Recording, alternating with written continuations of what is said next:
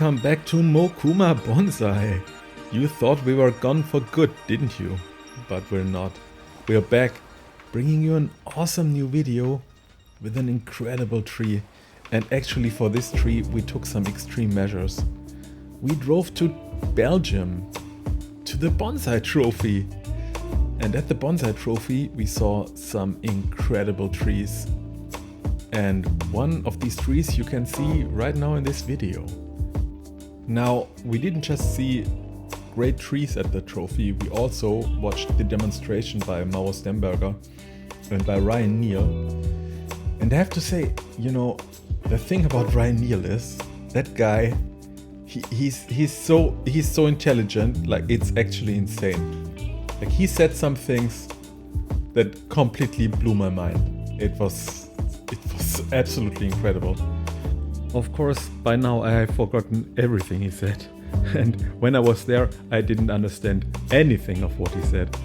But it just sounded amazing and really cool. And he talked about the physiology of the tree, how the tree feeds itself and all of that. And it was just a great listen and a really cool experience. The other demos by Koji Hiramatsu from Japan and Mauro Stemberger were also great. The trees turned out amazing. It was really fun to watch.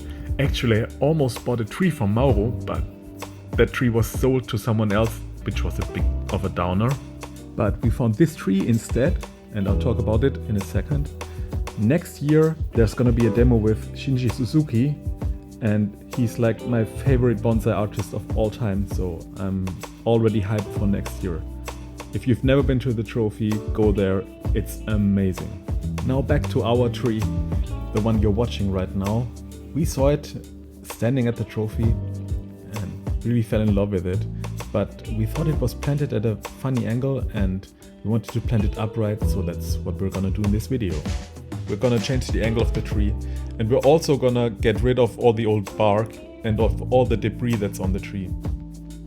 Now some people might probably argue that the tree looks better if there's more of the old bark on the tree. But this is not a pine tree, it's a juniper. And I don't think the old bark on a juniper looks that cool. And also it's a health risk to the tree, because insects might get under the old bark and under the old skin of the tree and eat your tree alive, and then you're gonna be left with no tree. So it's better to remove it and clean the whole tree up. Last year we lost 2 trees because of boring insects that were under the bark of juniper trees, and we don't want this to happen to this tree, because this tree is like 6,000 years old or something. I don't know. It looks really old, you know. Of course it's not 6,000 years old, but you know, it's an old tree, and we don't want to be the guys that killed this tree or let boring insects kill this tree. So we're gonna be on the safe side and scrape everything off. Now we're starting to change the angle of the tree, and when you're doing this, you actually never know what you're getting into, because you don't know how the roots look like. So to be on the safe side, we took a really deep Tokoname training pot so that we would be able to fit it in there. And we took it out of the box, and I made a nice time lapse because it's 2025 and the video wouldn't be complete without a cool time lapse, right? And after we took it out of the box, we started to wash out the roots with water. And we talked to some really experts. Actually, we should have talked to Ryan Neal about this. He would have known a great answer, I guess, but didn't get to it. But we talked to some experts and they all told us, with the Sabina Juniper, you have to wash out the roots, because if you don't, the tree's gonna rot and it's gonna die and you're gonna have a bad time. So that's what we did. With other junipers, you shouldn't wash out the roots because they're more dependent on the mycorrhiza, so don't do it.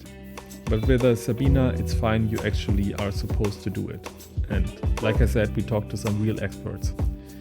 Now to fit it into the new container with a new angle, we had to saw off some of the roots, but this is a really hardy tree and it's really healthy, it has great roots, it's gonna be able to deal with this, no problem at all. Don't you worry one bit, it's gonna be fine. We even repurposed some of the old soil, just because there might be some mycorrhiza and some other stuff in there that the tree would like. So we put it under the tree, and now we're gonna fill it up with some pumice. We're just gonna use pure pumice because it's really cheap, and we spent all our money on the tree because it was really expensive. Nah, I'm kidding. We got a pretty good deal on it. Maybe you want to guess the price in the comments. Anyway, this is the new angle. The old angle was really flat, and we didn't like it. We thought it would be great to have an upright tree. And that's what we did. And just by changing this, I think we immediately doubled the value of the tree. And this is such a cool thing about the trophy.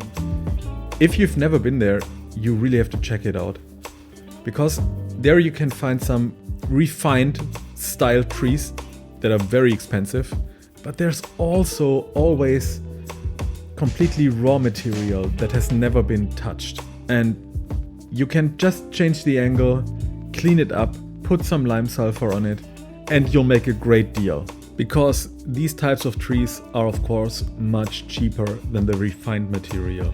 Now, after we change the angle, we're gonna scratch off some more of the bark, especially of the dead parts, as you can see right now. And then we're gonna paint it with lime sulfur just for the video. There's no other real purpose other than to make the tree look nice for this video, although it's far from finished. Because as you can see, we're not doing anything with the green for now.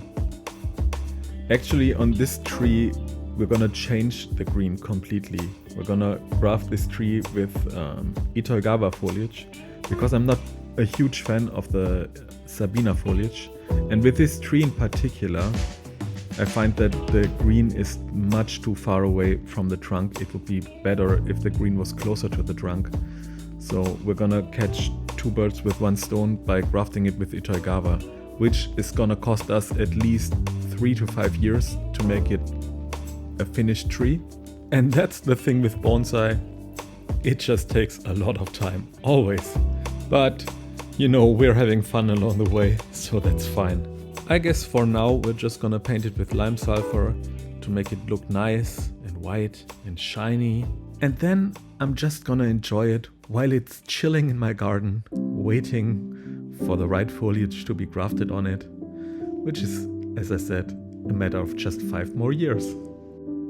Nothing more to say other than enjoy the B-roll, subscribe to the channel, leave a nice comment.